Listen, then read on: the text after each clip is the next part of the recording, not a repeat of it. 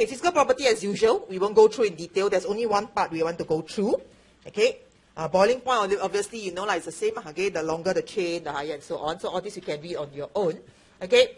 There's only one thing that we want to look at regarding its solubility. Okay. Okay. If you look at, for example, a ketone. Okay. Let's take any ketone, for example. Okay.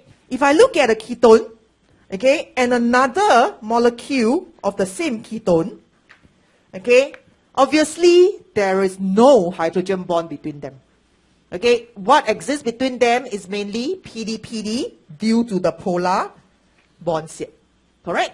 Okay, you learn your chem bonding, right? Okay, you know your chem bonding. There is no hydrogen bond, obviously, because there's no H attached to the O.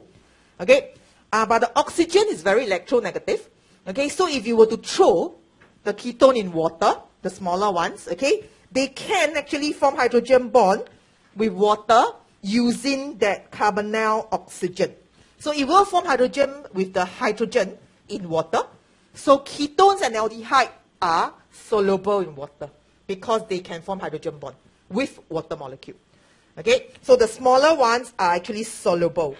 Okay, but of course later on, okay, if it gets bigger, the R group gets bigger, it becomes less and less soluble. Okay, but generally things like your propanone, okay, all these are soluble in water. Okay, due to the O being able to form hydrogen bond. Okay, so if you're asked to draw the hydrogen bond between the two of them, okay, you should know what to do. Okay, with the H of water. All right. Okay. The next one, of course, you can read. Okay.